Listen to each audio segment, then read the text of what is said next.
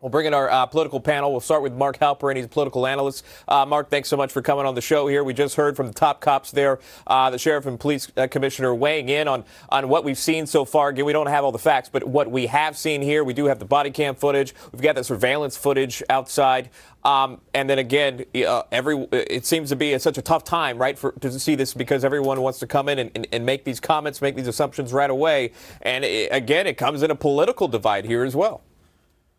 Well, it would be great to everybody to be able to take a deep breath and get all the facts and not make any assumptions. But we know the police chief there has resigned. We know that the coroner says that he was shot in the back. And whatever the total facts end up being, I think there's no doubt that excessive force was used. And this is going to be part now of the discussion, not just in Georgia, not just in Atlanta, but in Washington.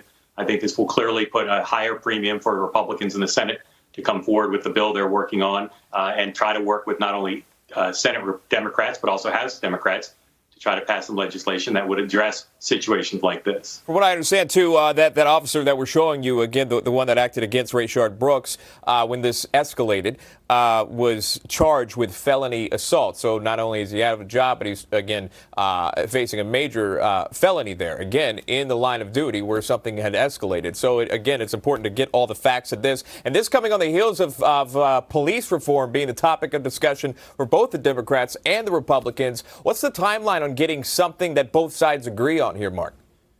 Well, the Senate Republicans said over the weekend that they're going to put out their bill on Wednesday. There's a fair amount of overlap between the kinds of things they're talking about and what's in the Democratic bill that was put out by Nancy Pelosi, but already supported by Chuck Schumer and Democrats in the Senate. I think the key moment's going to come when Nancy Pelosi and the Democrats have to decide, are they willing to negotiate? Are they willing to give up some of the things that's in there, that is in the Democratic bill in order to reach compromise with Republicans? That's the way things traditionally work. But so many of the things in the Democratic bill are of great importance, symbolic and substantive importance to activists around the country and to a lot of the Democratic lawmakers. So the ball's going to be in Nancy Pelosi's court, I think, starting Wednesday for her to read the Senate bill, the Republican bill, and decide, does she want to sit at the table and negotiate, or does she want to just say, it's our bill or no bill at all? All right, let's make our table a little bigger, too. Right now, Peter Lamage joining us, Republican strategist, also an attorney. Peter, thanks so much for coming on. I'd love to get your comments. I don't know if you got to hear what the former commissioner and former sheriff had to say about the shooting in Atlanta and what's being seen out there, and really, folks picking sides at this point, on the sides of the cop or the young gentleman that was shot. But the unfortunate part is that here we are again dealing with the same tragedy, if you will, a tragedy that occurred a few days ago.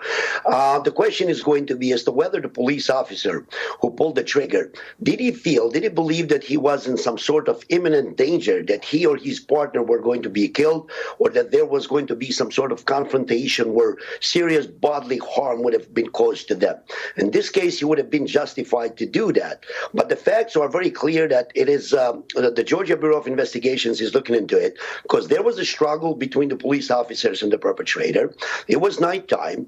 He appeared to have been intoxicated. He struggled to the police, grabbed their taser, turned around and used it against one of the police officers. So if you were to be charged right now, I think that the district attorney's office is going to look at the intent. How did the police officer feel about this? And I think we should allow the investigation to be completed, call for the people to calm down, and allow this case to go through the process that it's supposed to go before we reach any conclusions to either as to whether the police officers were at fault or he was at fault.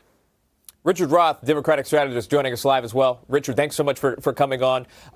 It's just a tough time. In what we've seen play out over the weekend. You saw the Wendy's got completely burned down over this. People are outraged about this. And we're at the same time, we live in a time where we can watch exactly what happened with the body cameras, with the surveillance footage, and all of us can run and simply play that Monday morning quarterback. But it's important to take it slow and watch all these facts play out. What are your thoughts? What hits you the most when you're watching this?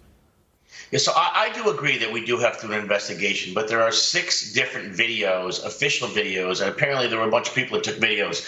And what the most distressing thing to me is that, yes, he was fighting the police, and yes, he did pull the taser, but he was running away. When he's running away, the police's job is to de-escalate, not escalate the situation. You have a man running away from the police. You don't pull out a gun and shoot to kill. And that's going to be a very hard thing to justify. That's why he was indicted. That's why the commissioner resigned. You just can't do that. The man was sleeping outside of a Wendy's. He wasn't a threat. And yeah, he shouldn't have run away and you should have followed the police. I agree with that. But you don't shoot to kill when someone's running away from you, especially when they're not even armed with a lethal weapon. They had a taser. Yeah, Peter Lamage, final comment from you. But did the suspect become a threat once he, took the weapon from the officer?